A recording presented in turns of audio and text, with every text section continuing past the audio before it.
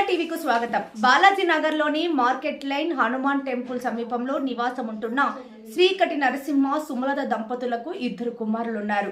ఈ నెల 23న ఉదయం సుమలత తల్లి పుల్లమ్మ సుమలత చిన్న కుమారుడు బన్నీ 4 సంవత్సరాలతో కలిసి సమీపంలో ఉన్న బంధువుల ఇంటికి వెళ్ళింది. అదే సమయంలో ఆ ఇంట్లో హీటర్ ఉపయోగించి నీటిని వేడి చేస్తున్నారు. ఈ క్రమంలో ఆడుకుంటున్న బన్నీ ఆనుకోకుండా వేడి నీటి బకెట్కు తగిలి పడిపోయాడు.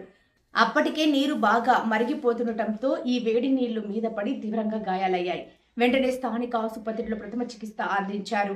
మెరుగైన చికిత్స కోసం అతన్ని గాంధీ ఆసుపత్రికి తీసుకెళ్లారు.